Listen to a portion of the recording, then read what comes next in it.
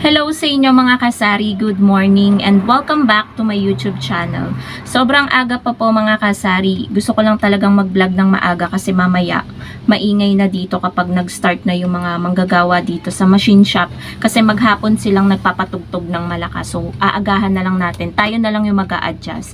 So one topic natin for today's video mga kasari is about scammer. Yan, scammer alert about sa GCash.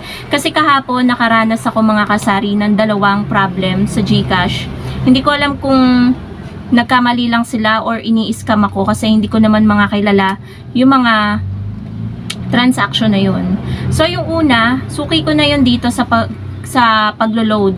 Suki ko na siya, lagi siya dito nagpapa-load every time na expired na yung load niya. And yun second, first time lang niya magpa-cash in dito. So hindi ko siya actually talaga kilala. So, unahin muna natin yung nagki-claim. Nagtaka ako, wala namang pumapasok sa akin na pera, pero may nagki-claim ng 250 pesos. So, chinek ko muna. Sabi ko, kuya, anong oras pinadala? Sabi, ngayon lang daw. So, pag-check ko, sabi ko, wala Wala talaga any transaction na halagang 250. So, medyo nababahala na ako nun, kinakabahan na ako. So, pala, ang nangyari, etong si kuya na laging nagpapaload sa akin, maling number, pinagpipilitan niya na yung number ko is 0965, pero ang number ko is 0975, which is pinicturean niya na dati at nakita ko rin sa album niya na nandun yung number ko. So, pinakita ko yung nakalaminate ko na number with my name, and ayun, napagtanto niya na nagkamali siya. So, mahirap kasi mga kasari na kahit suki na natin, wag din tayo masyadong katiwala. So, sabi ko, pag alis, i-scamin pa yata ako nito 250 pesos din yun mga kasari, malaking halaga din yun. So, hindi kita na natin yun sa maghapon, minsan wala pa, 'di ba? Paano natin babawiin yun kung binigay natin ng walang reference number? So, pinapakita niya 0965, pagtingin ko, hindi ko naman pangalan yun sinend daw sa akin. Sabi ko, kuya, hindi ko naman pangalan yan tsaka hindi ko number yan. Pinagpipilitan niya na yun daw yung kinuha niya sa akin dati. So sabi ko, kuya, ito yung number ko. Hindi ako pwedeng magpalit kasi yan yung sa GCash ko. Tsaka iisa lang yung number ko na yan, 0975, hindi 0965. So ayun, ilang yellow? 5. So, ayan po mga kasari, meron lamang pong bumili. Suki ko na sa yellow. Yan, araw-araw siyang bumibili ng 5, 6, 4, ganyan. So, balik na nga tayo dun sa topic natin. Umalis din si kuya. So, sabi ko, kuya, kung may dumating talaga sa akin, ibibigay ko yan sa'yo. Tapos, dun na tayo sa second na scenario. Dito talaga ako na yung tibok ng puso ko, tug. Kasi 500 pesos yun So, 12:30 PM, pa-flash ko na lang yung mga proof and reference number. Pero medyo natin, hindi pwedeng makita ang reference. So, 12:30 PM ng tanghali kahapon, may nagpa-cash in ng 500 pesos. Tapos, kinuhanan ko siya ng charge na 10 pesos. So, sabi ko, pipicturean nyo po. Wala kasi siyang cellphone. Ganun, parang dikipad lang ata yung cellphone niya. So, sabi ko, akin na kuya yung papel kasi nakasulat sa papel yung number and name nung pinakashinan. Ang pangalan niya, sasabihin ko na rin dito, Fernando Duyan. So, ayun po mga kasari, 500 pesos. Kinashinan ko, pumasok naman, nakalta sa akin. So, yung reference number sinulat ko dun sa papel na dala nung nagpa-cash in. So, sabi ko, ayan kuya, sabi niya, kailangan pa ba to? Sabi ko, kung personal naman po, kung sa kanya pang gamit niya lang, hindi na kailangan yan. Pero kung sa tindahan po yan pinadala, kailangan po yung reference number. Ang ayos-ayos ng conversation namin. Ang smooth ng transaction, umalis na siya. Tapos bandang, alas 6 yata yun kagabi, pumunta. 'Di ba guys, ang layo ng difference yung agwat nung oras. So, gabi na, tsaka lang nagreklamo na hindi daw pumasok yung pinakash in niya na 500. So, sabi ko, kuya, wait lang, hanapin ko yung transaction. So, nakita ko yung transaction, pumasok talaga mga kasari, may reference number ako. So, sabi ko, kuya, baka naman yung pinadalhan nyo, may mga pinipindot-pindot na link, or kaya naglalaro, or kaya gusto lang magpadala kayo ulit. Ganun lang yung pinaka-reason nun. Malabo ka ako na hindi pumasok yan kasi sa tagal ko nang nag-Gcash, walang nagre-reklamo sa akin na hindi pumasok yung mga pinakash in nila sa akin. So, ayun, todo. Explain ako, ang tagal naming nag-uusap dyan. Kasi nga, medyo naawa din ako. Pero guys, iisipin din natin yung sarili natin kasi hindi naman natin alam kung totoo ba yung sinasabi nila or ini-scam. Kasi nga, itong si kuya, first time lang magpa-cash in sa akin at first time ko lang siyang nakita dito sa aking tindahan bago daw siya dito sa area namin. So, hindi pwedeng unahin natin ang awa, unahin natin yung negosyo natin, yung pag-Gcash natin.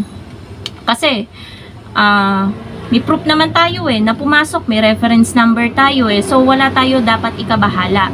So, ang ginawa ko guys, sa ano ko na rin kasi nakita yung reference number doon sa inbox sa Gcash natin. Kasi sa transaction, di na siya makikita. Kailangan mo pang mag-request kasi nasa pinakailalim. Kasi 12:30 PM, ang dami ng mga nagdaan na transaction. So, sa inbox, nakita namin ni partner na, ayun nga, may reference number. Pumasok talaga si pinakash in niya na 500 pesos. So, ang ginawa ko, pinicturan ko sa, ano niya, kachat niya kasi yung pinadalhan. Pinicturan ko, sinend ko yung reference number. So, ayun guys, di nasend ko na. Pinagpipilitan pa rin nung sinenda na hindi daw pumasok.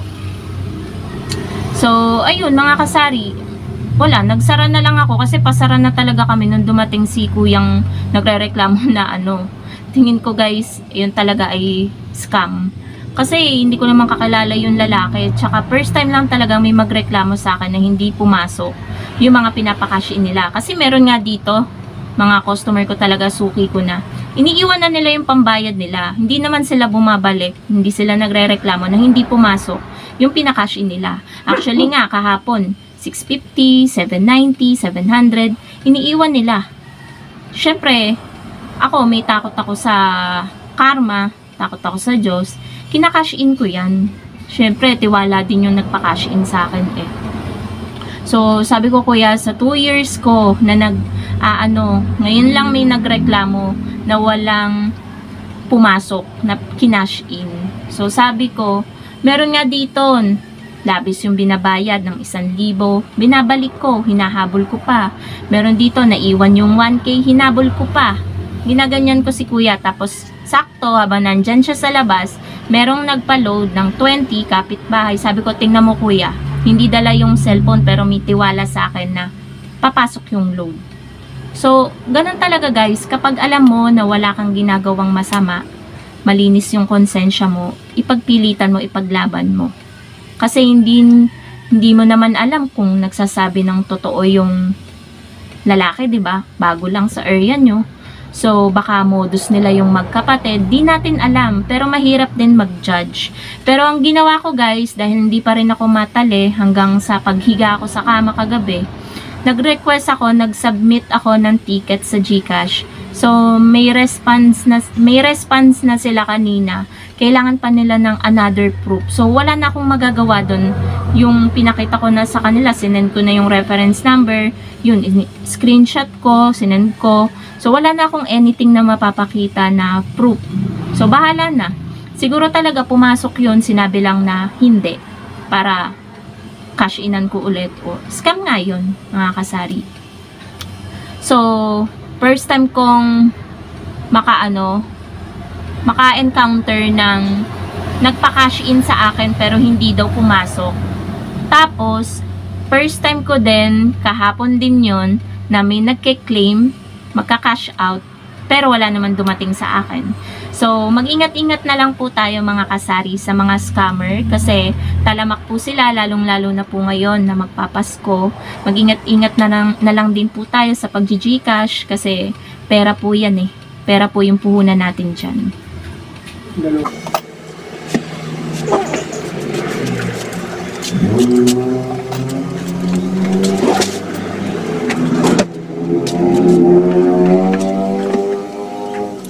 So, ayun po mga kasari, nagbenta lang ako, may bumili ng Yossi. And dito ko na rin din po tatapusin ang aking vlog. Thank you so much for watching. Maging aware kayo mga kasari sa paligid.